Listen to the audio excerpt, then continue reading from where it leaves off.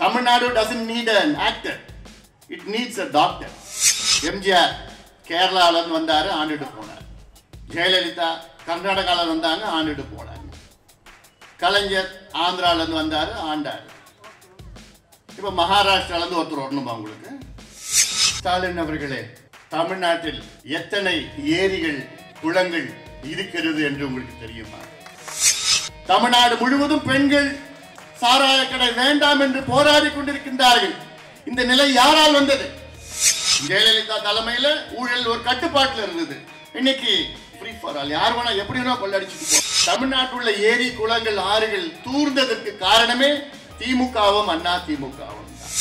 இன்னைக்கு தமிழ்நாடு என்று சொன்னாலே ரொம்ப கேவலமாக இருக்கிறது. அந்த அளவுக்கு ஒரு கையாலாகாத ஒரு ஆட்சி, ஆண்மை இல்லாத ஒரு ஆட்சி.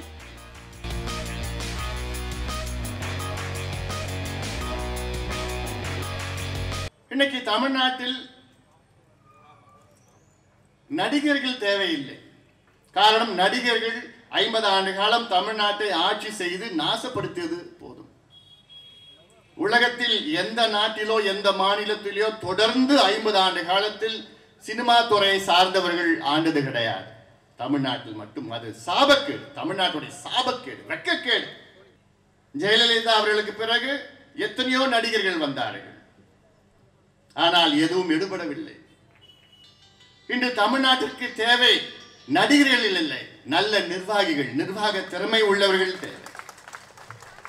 Tamil Nadu doesn't need an actor, it needs a doctor. காரணம், இன்று தமிழ்நாடு மிக மோசமான ஒரு சூழலில் இருக்கிறது. அவசர சிகிச்சை பிரிவில் இருக்கிறது, ஐசியு இன்டென்சிவ் கேர் யூனிட்டில் தத்தளித்துக் கொண்டிருக்கிறது, கடன் சுமையால் தத்தளித்துக் கொண்டிருக்கிறது. நிர்வாக திறமை இல்லாத ஒரு சூழல் இருக்கிறது.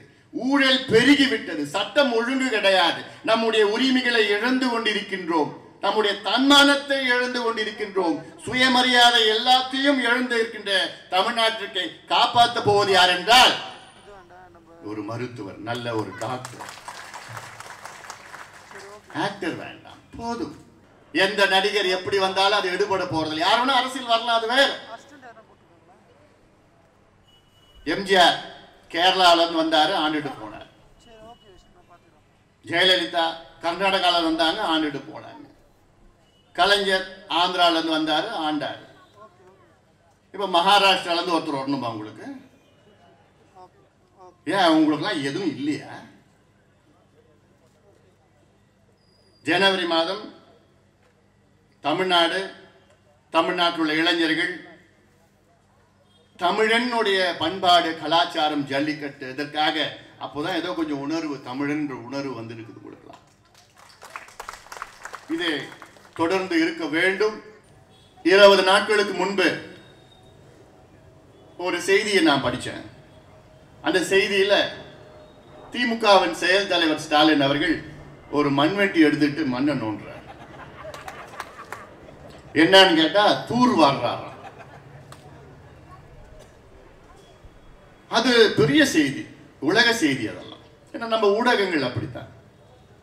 ஸ்டாலின் செய்தினா பெரிய செய்தி, கலர் போட்டோல போட்டு. ஸ்டாலின் அவர்களே, தமிழ்நாட்டில் எத்தனை ஏரிகள் குளங்கள் இருக்கிறது என்று உங்களுக்கு தெரியுமா? எவ்வளவு இருந்தது என்று உங்களுக்கு தெரியுமா? எத்தனை தடுப்பணைகள் நீங்கள் கட்டியிருக்கிறீர்கள் என்று உங்களுக்கு தெரியுமா? சென்னையில எத்தனை ஏரி குளங்கள் இருந்தது என்று உங்களுக்கு தெரியுமா? தூர் வாருவது என்றால் என்ன என்று தெரியுமா உங்களுக்கு? இது வெறும் விளம்பர அரசியல் வேண்டாம். நீர் மேலாண்மை என்றால் என்ன தெரியுமா ஸ்டாலின் அவர்களே? வாட்டர் மேனேஜ்மெண்ட் என்றால் அதான் நீர் மேலாண்மை. அப்படி என்றால் என்னன்னு உங்களுக்கு தெரியுமா? தமிழ்நாட்டின் இந்த காரணம், இந்த நிலைக்கு காரணம் யார் என்று உங்களுக்கு நன்றாக புரியும். தமிழ்நாட்டில் ஒரு காலத்தில் 42,000 ஏரிகள் இருந்தது மன்னர் ஆட்சி காலத்திலே. இன்று மக்களாட்சி காலத்திலே அது 37,000 ஏரிகளாக குறைந்திருக்கிறது. 5,000 ஏரிகள் காணாமல் போய்விட்டது. காரணம் யார்? ஸ்டாலினுடைய கட்சியும் ஜெயலலிதாவுடைய கட்சியும் தான் காரணம்.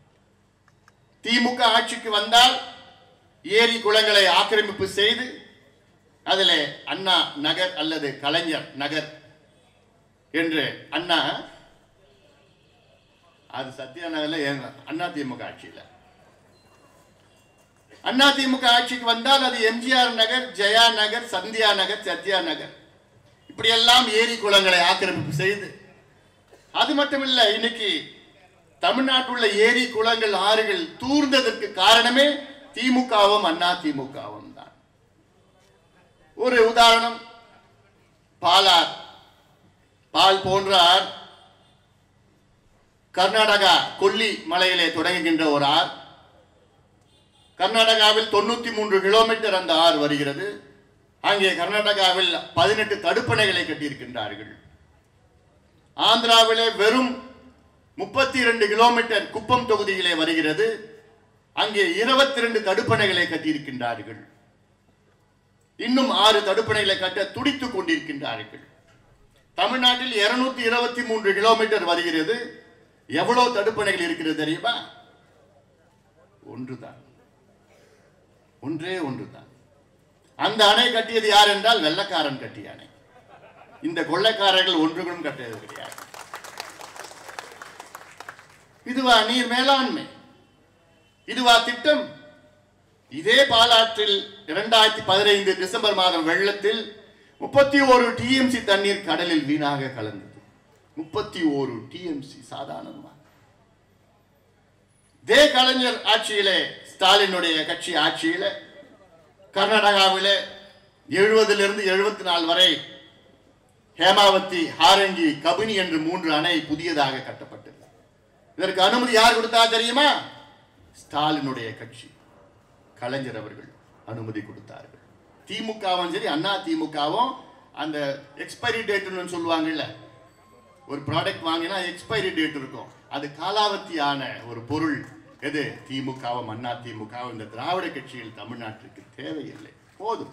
கடந்த ஓராண்டு காலமாக தமிழ்நாட்டில் நடைபெறுகின்ற அரசியல் சம்பவங்கள், அன்றாடம் செய்திகள், பரபரப்பான சூழல்கள், எங்கு சென்றாலும் தமிழ்நாடா என்று நம்மை பார்த்து கேலியாக, கிண்டலாக பார்க்கின்ற ஒரு நிலை. டெல்லிக்கு சென்றால் என்னை பார்த்து முதலில் தமிழ்நாடா கேலியாக சிரிக்கின்ற ஒரு சூழல். இதற்கெல்லாம் காரணம் யார் என்று கேட்டால் நீங்கள் தான், மக்கள் தான்.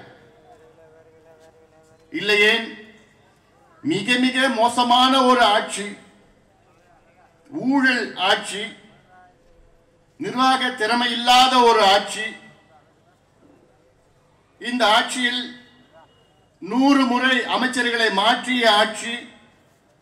இந்திய வரலாற்றில் முதல் முறையாக முதலமைச்சர் ஊழலுக்காக சிறைக்கு சென்ற ஒரு ஆட்சி. மிகப்பெரிய வெள்ளம் வந்து எதுவும் செய்யாத ஒரு அரசாங்கத்தினுடைய ஆட்சி. மக்களை பற்றி கவலை இல்லாத ஒரு ஆட்சி. இந்த ஆட்சியை மீண்டும் நீங்கள் கொண்டு வந்திருப்பீர்களா? இந்த தவறெல்லாம் உங்கள் மீதுதான். இந்த தவறு எங்களுக்கு ஒன்றும் கிடையாது. ஒவ்வொரு 5 ஆண்டு காலம் தேர்தல் வரும், நாங்கள் போட்டியிடுவோம், உங்களை அணுகுவோம். ஆனால் பாதிப்பெல்லாம் உங்களுக்குத்தான். நினைத்து பாருங்கள், 5 ஆண்டு காலம் உங்கள் வாழ்க்கையை நீங்கள் தொலைத்திருக்கிறீர்கள். கடந்த தேர்தலில் ஒரு மாற்றத்தை நீங்கள் கொண்டு வந்திருந்தால் இன்று சாராய கடை எதிர்த்து நீங்கள் போராட அவசியமில்லை. தமிழ்நாடு முழுவதும் பெண்கள் சாராய கடை வேண்டாம் என்று போராடி கொண்டிருக்கின்றார்கள்.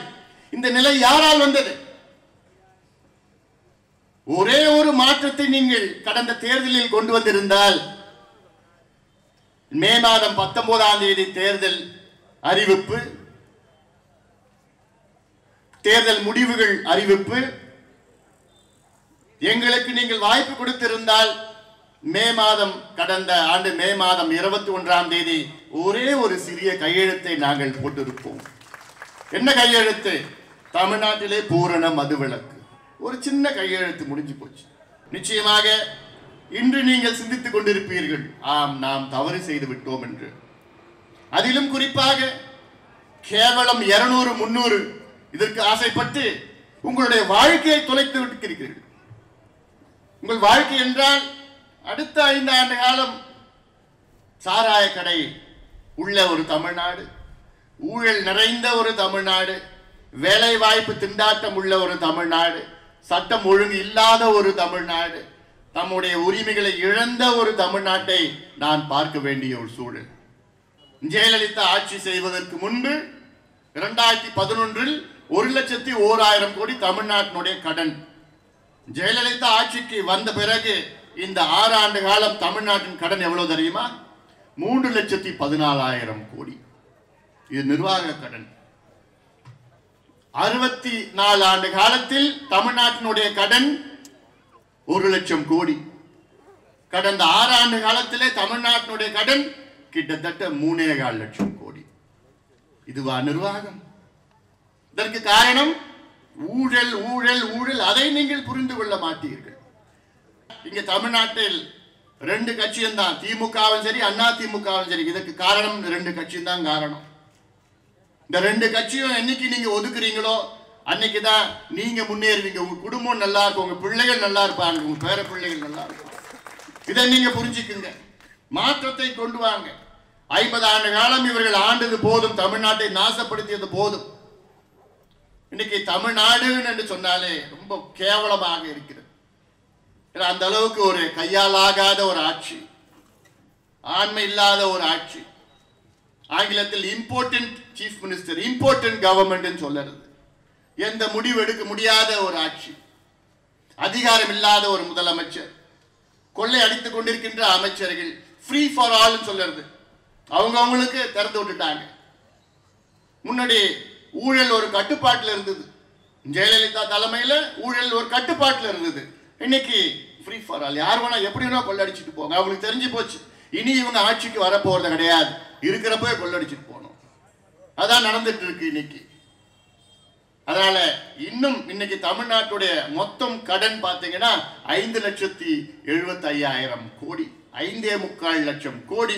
ஒவ்வொரு தலையிலும் 79,000 ரூபாய் கடன்ல வாங்கியிருக்கிறார். தமிழ்நாட்டில் நிலையா எதுவுமே கிடையாது. தமிழ்நாட்டிலே ஆளுநரே கிடையாது. தமிழ்நாட்டில் உள்ளாட்சி பிரதிநிதிகள் எதுவுமே கிடையாது. தமிழ்நாட்டில் அதிகாரமுள்ள ஒரு முதலமைச்சரே கிடையாது. தமிழ்நாட்டில் தைரியமான ஒரு அமைச்சரவையே கிடையாது.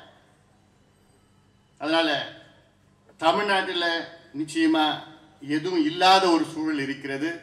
இதற்கு நிச்சயமாக நீங்கள் எல்லோரும் நல்ல ஒரு முடிவெடுங்கள், நல்ல ஒரு மாற்றத்தை நீங்கள் கொண்டு வர வேண்டும். உலகமெங்கும் பரவி இருக்கும் தமிழ் நெஞ்சங்களே, உங்கள் பகுதிகளில் நடக்கும் நிகழ்வுகள், போராட்டங்கள், பிரச்சனைகள், அதிகாரிகளின் அலட்சியத்தால் புறக்கணிக்கப்பட்டுள்ள திட்டங்கள், லஞ்ச புகார்கள் மற்றும் சமூக அவலங்களை இந்த உலகிற்கு வெளிச்சம் போட்டு காட்ட விரும்புகிறீர்களா? உங்கள் செல்போன் மூலமோ அல்லது தங்களிடம் இருக்கும் கேமரா மூலமாகவோ பிரச்சனைகளை வீடியோவாக பதிவு செய்து எங்களுக்கு அனுப்புங்கள். உங்கள் பகுதி பிரச்சனைகளை உலகுக்கு வெளிச்சப்படுத்தி அப்பிரச்சனைகள் நீங்க வழி செய்வதுடன் உங்களுக்குரிய சன்மானத்தையும் வழங்குகிறோம்.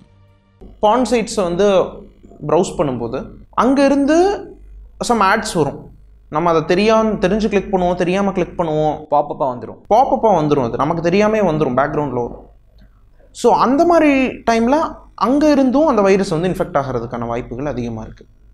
ரான்சம்வேர் இதனோட மெயின் பர்பஸே உங்களை பயமுறுத்தி உங்கள்கிட்ட இருந்து காசை பறிக்கிறது மட்டும்தான்.